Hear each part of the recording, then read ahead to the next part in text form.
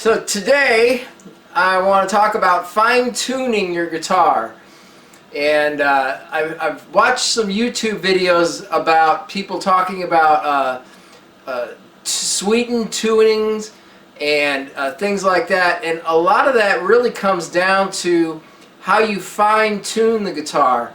I'm sure that some of you have watched my setup video, and that's kind of the mathematical way of getting where you want to be. But there's a feel thing also, and what that is that you want the amount of resonance of your guitar to be in your control.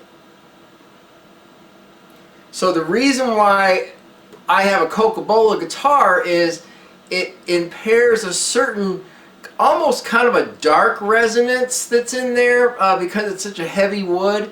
So there's this dark resonance, and so what you do is the closer your pickups are to your strings, the more clear the tone is, and the less body resonance that you're going to hear coming through the pickups and through the amp. Because ultimately, the only thing that really matters is what comes through these speakers. You know, you can play around with all the parameters you want. At the end of the day, is it balance coming out of your amp? And so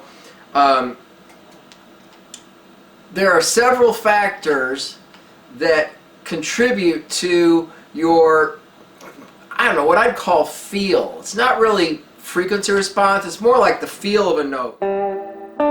It's got to have the same amount of spring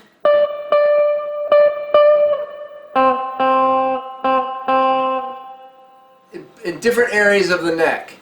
So one of the first things I'll do is play a song, you know, like Terrapin, or a song that I know well, I know the way I want it to sound, and I know that if I can get that sounding good, just that first few notes, you know.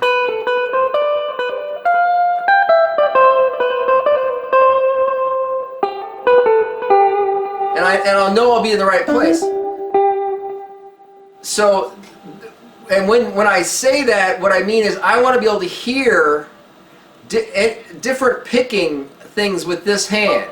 So I can play that same figure there, I can do it, but I can just do it dead finger style, you know, where I'm just like.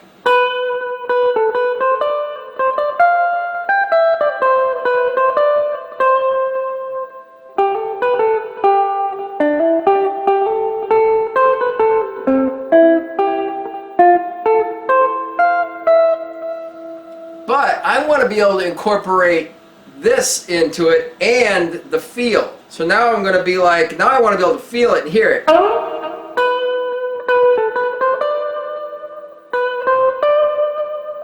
You can hear that vibrato.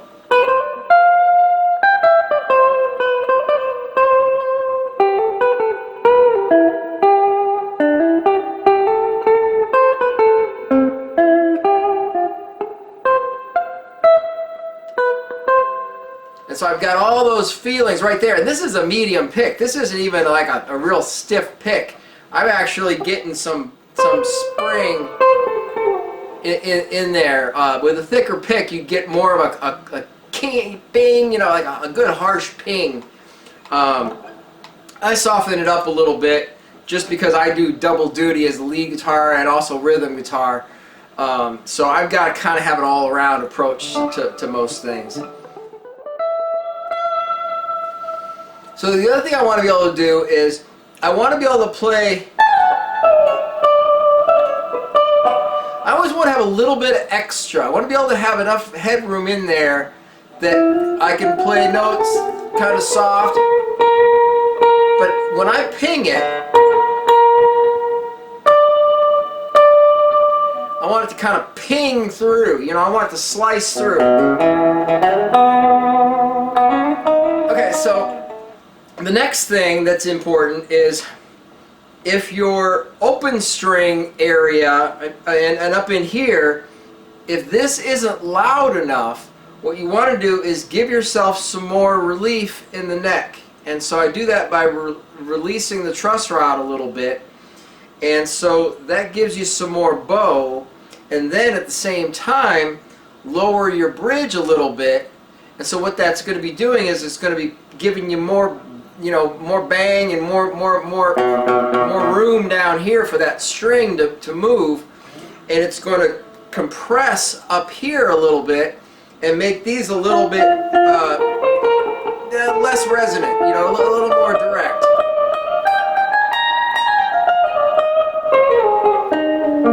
And so by combining those two things, you balance in the vicinity of the fingerboard.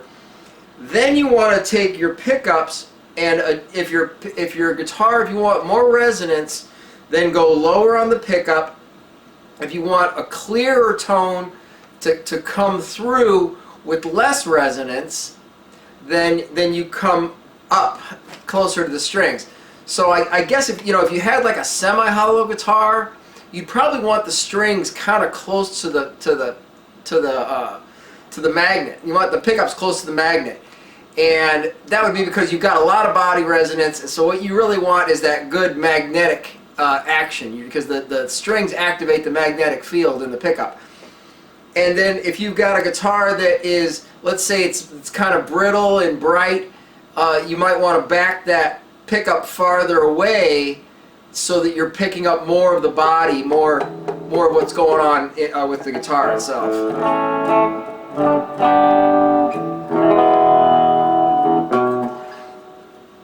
So then I want to try playing a few riffs and things in different places around the neck. So.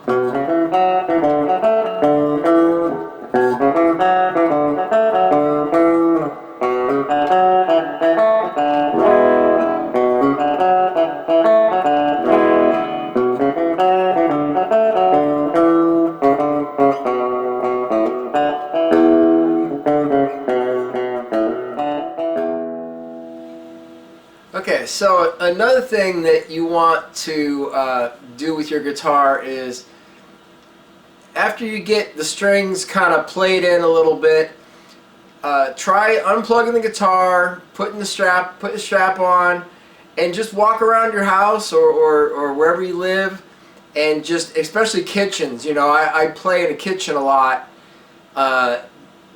Just because when you're playing the guitar without it plugged in, you can really hear what it's doing.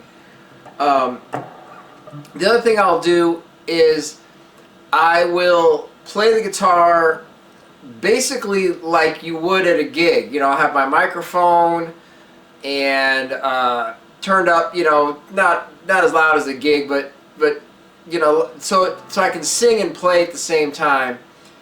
And you'll find that. And play in front of a mirror too. I've got all kinds of mirrors in this place.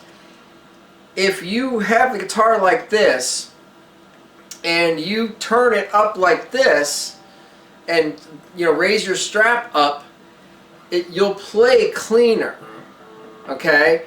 And if you lower your strap and you get it down here like Joey Ramone,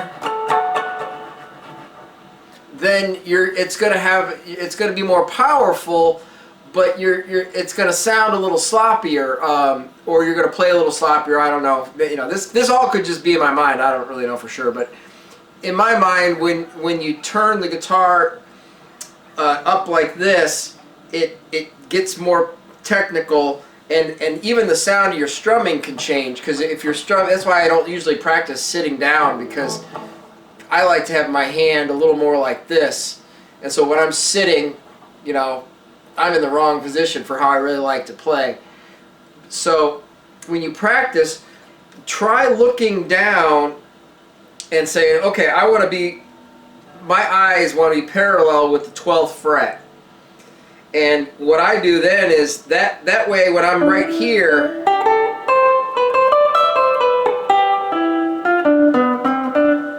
I know I'm right in line with my eyes.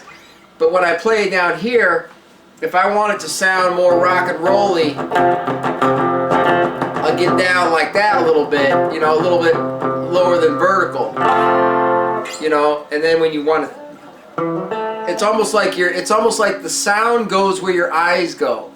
That's something that in skateboarding, snowboarding, Lots of sports, they'll say that. They'll say you'll go where your eyes go. So you want to practice how you play. At least that's what I like to do. And when you adjust this kind of stuff, I wouldn't do it like, I don't do it like every time I pick up the guitar. You just go crazy like that, because you'll make a change one day and come back the next day and make another change. And you can work into a silliness where you're just spending all your time fine-tuning. This is something you kind of want to do like before before the season, like our spring season's coming up now, spring break. So I'm kind of getting all this gear set up and run through its paces.